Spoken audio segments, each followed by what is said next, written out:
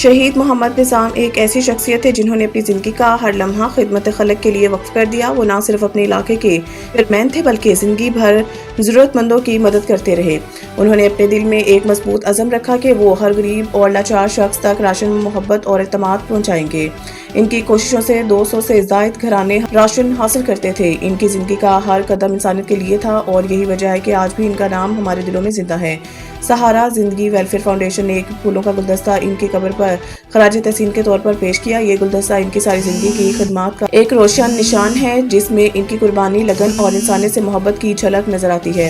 محمد نظام، تمہاری یاد میں ایک چراغ ہے روشن، خدمت کا جو چراغ جلایا تم نے ہر سمت، تم نے دکھایا کہ محبت سے دنیا بدلتی ہے، تمہارا نقش قدم ہماری روشنی ہے ہر قدم۔